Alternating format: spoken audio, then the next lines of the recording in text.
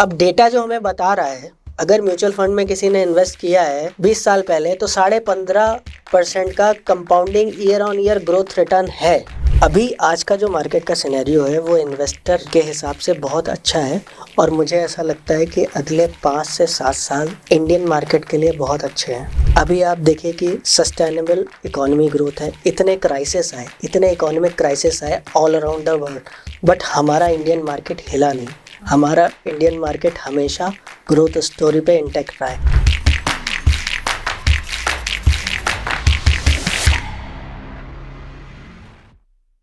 आप as a student अपने life में करियर की तरफ बढ़ रहे हो, जब आप करियर स्टार्ट करोगे तो आप रिच हो ही नहीं सकते ना। रिच अगर आप हो भी तो आपके फादर रिच हैं, आप नहीं रिच हो। ऑब्वियस है कि सेविंग्स की होंगी, लेकिन उन सेविंग्स को अगर हम इन्वेस्टमेंट में कन्वर्ट कर देते हैं तो रिजल्ट आर अमेजिंग। पिछले 20 सालों में मैं देख चुका हूँ, क्योंकि 23 साल से मैं इन्वेस्टिंग कर रहा हूँ, तो मुझे आइडिया है कि इन्वेस्टिंग की पावर क्या है। सर जैसे कि हमने अपना ड्रीम डिसाइड कर लिया, अपना गोल सब डिसाइड कर लिया, बट एक हमारा एक मेन फेयर होता है लॉस का। तो आप मतलब सेफेस्ट वे क्या है इन्वेस्ट करने का, हमें वो जानना है। देखिए, सबसे पहली चीज़ तो ये है कि जो रिस्क वाली आप बात कर रहे हो, तो रिस्क में मैं ये कहूँगा कि किसी चीज़ को अगर आप जानते हो तो उसमें रिस्क नहीं है, लेकिन अगर किसी चीज़ को नहीं जानते हो तो उसमें बहुत बड़ा रिस्क है। ठीक है, knowing the things is the safest risk, और you can say is a calculated risk. जैसे कि आप गाड़ी चलाते हो, ठीक है, गाड़ी चलाने में खतरा होता है, ये सब जानते हैं, लेकिन ऐसा कौन कहता है कि खतरा है इस वजह से मैं गाड़ी नहीं चलाऊंगा।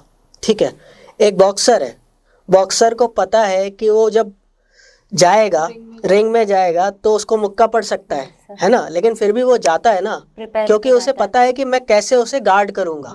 ठीक है, तो इसी तरीके से अगर आपको रिस्क पता है कि इसमें कितना रिस्क है और क्या रिस्क है, तो वहाँ पे आपका जो पॉइंट ऑफ व्यू है वो चेंज हो जाएगा और आप आसानी से कोई भी इन्वेस्टमेंट कर सकते हो। ठीक है, तो आपको जब भी कोई इन्वेस्टमेंट करना है आपकी गोल सेटिंग के अकॉर्डिंग, ठीक है, तो वहाँ पे आपको उसका रिस्क एनालिसिस कर लेना है। रिस्क एनालिसिस में आपको समझ में आ जाएगा, ठीक है, जो भी आपको फाइनेंशियल एडवाइज़र या जो फाइनेंशियल प्रोफेशनल्स होंगे वो आपको कन्वे करेंगे कि what is the track record. अभी market is fractal in nature, this is the truth. ठीक है, तो मार्केट ने जो पहले किया है वही अभी भी करेगा। अब डेटा जो हमें बता रहा है वो बता रहा है कि अगर म्यूचुअल फंड में किसी ने इन्वेस्ट किया है 20 साल पहले तो 15.5% का compounding year on year growth return है। ठीक है, that is truth, it is mentioned. तो आपको क्या करना है, आपको पता है कि भाई मेरा गोल लॉन्ग टर्म का है तो I can go for it. हाँ, अगर आप शॉर्ट टर्म के लिए सोच रहे हो तो शॉर्ट टर्म के लिए आप उसमें एनालिसिस देखो कि भाई 2 साल के लिए म्यूचुअल फंड में इन्वेस्ट करना चाहिए या नहीं करना चाहिए, तो उसमें साफ साफ मेंशन है कि 5 साल या 5 साल से ज़्यादा का पैसा ही म्यूचुअल फंड में इन्वेस्ट करना चाहिए, तो आपको नहीं करना है। 2 साल में you can go for fixed income plans. ठीक है, तो ये तो डिपेंड करता है कि आपको क्या करना है, किस गोल सेटिंग के लिए कौन सी चीज़ चूज़ करनी है। ये सारी चीज़ें आपको फाइनेंशियल प्रोफेशनल के साथ में बैठ के उससे डिस्कस करना है, then only you can mitigate the risk. Right. Sir, what are the different strategies an individual can use while investing in the stock market? Okay, तो इस पे सबसे पहले डाइवर्सिफिकेशन आता है। डाइवर्सिफिकेशन आपको करना है। कोई भी इंडिविजुअल अगर इन्वेस्टिंग करता है तो सारा पैसा एक ही स्टॉक में नहीं लगाना है, एक ही स्कीम में नहीं लगाना है, इसका ध्यान रखना है। जैसा कि मैंने पिछले वीडियो में भी बताया था कि 5% जो है मैक्सिमम एक किसी स्टॉक में या फिर किसी एक म्यूचुअल फंड में आप इन्वेस्ट कर सकते हैं शुरुआत में, और एक पोर्टफोलियो बनाना होता है जो कि बैलेंस्ड हो।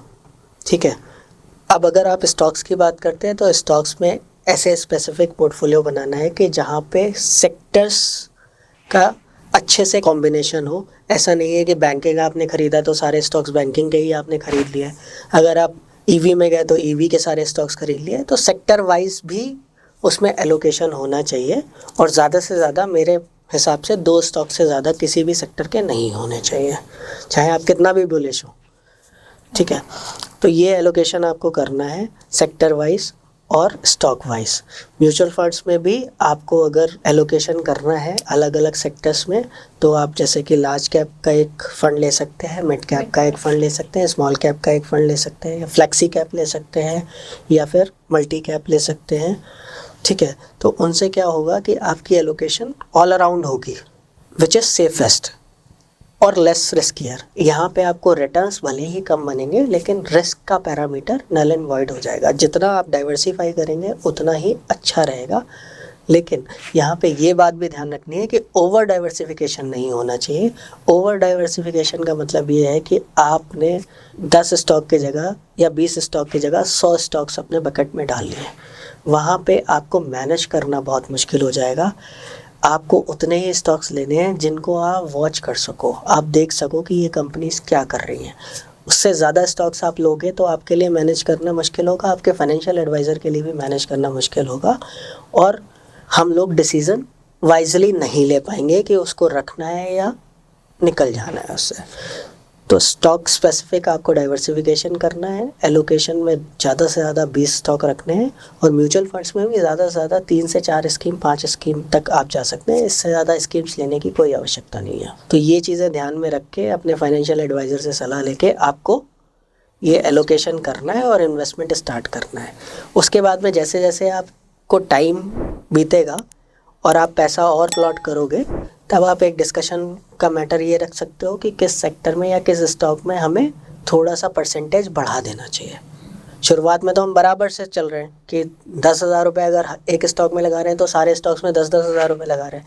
लेकिन एक टाइम ऐसा आएगा 2-3 साल बाद जब आपको भी समझ आएगी, तो आप ऐसा भी कर सकते हो कि 15,000 20,000 रुपये एक स्टॉक में लगा दिया और बाकी सब में 10-10 हज़ार लगा। जहाँ पे आपको ये लगता है कि ग्रोथ के चांसेस मुझे अच्छे लग रहे हैं और ये स्टॉक हमें अच्छा रिटर्न दे सकता है, तो वहाँ पे आप थोड़ा सा अल्फा जनरेट करने के लिए अमाउंट बढ़ा सकते हो। So what is your view on the current state of the stock market and what are the some of the biggest risk and opportunities you see right now? Okay, तो जहाँ तक risk और opportunities की बात है, जहाँ risk होगी वहाँ पे अपॉर्चुनिटीज़ ज़्यादा ही होंगी, जहाँ रिस्क कम होगा वहाँ अपॉर्चुनिटीज़ भी कम होंगी। ऐसा स्टॉक मार्केट में मैंने देखा है कुछ सालों में। तो अभी आज का जो मार्केट का सिनेरियो है वो इन्वेस्टर के हिसाब से बहुत अच्छा है, और मुझे ऐसा लगता है कि अगले 5 से 7 साल इंडियन मार्केट के लिए बहुत अच्छे हैं। अभी आप देखिए कि सस्टेनेबल इकोनॉमी ग्रोथ है, इतने क्राइसिस आए, इतने इकोनॉमिक क्राइसिस आए all around the world, but हमारा इंडियन मार्केट हिला नहीं। हमारा इंडियन मार्केट हमेशा ग्रोथ स्टोरी पे इंटैक्ट रहा है। अभी जैसे कि एक ग्लिच और था कि मोदी जी गवर्नमेंट बना पाएंगे या नहीं बना पाएंगे, यहाँ पे मिक्स्ड गवर्नमेंट बनेगी, ऐसा भी कुछ नहीं हुआ।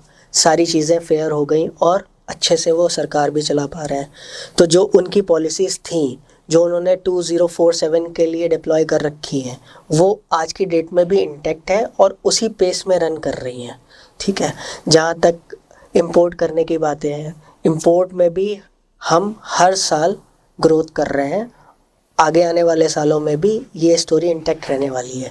मैन्युफैक्चरिंग के मामले में भी हम लोग रेगुलर बेसिस पे ग्रोथ कर रहे हैं। हमारे पास में ऑर्डर बुक्स हैं और अलग अलग कई सारी कंपनीज जो अपनी मैन्युफैक्चरिंग यूनिट्स, नए नए यूनिट्स लगा रहे हैं और उसमें ग्रोथ कर रहे हैं रेगुलर बेसिस पे। इसके अलावा एक जो फिज़िकल डेफिसिट की बात की थी पिछले बजट में, अगर आप लोगों को याद हो, तो वो था कि अभी इस साल जो हमारा फिजिकल डेफिसिट का अनुमान आया है वो 5.1% आया है, विच इज़ द लोएस्ट, और उसको टारगेट किया जा रहा है कि 4.5% पे लाने का अगले 5 सालों में।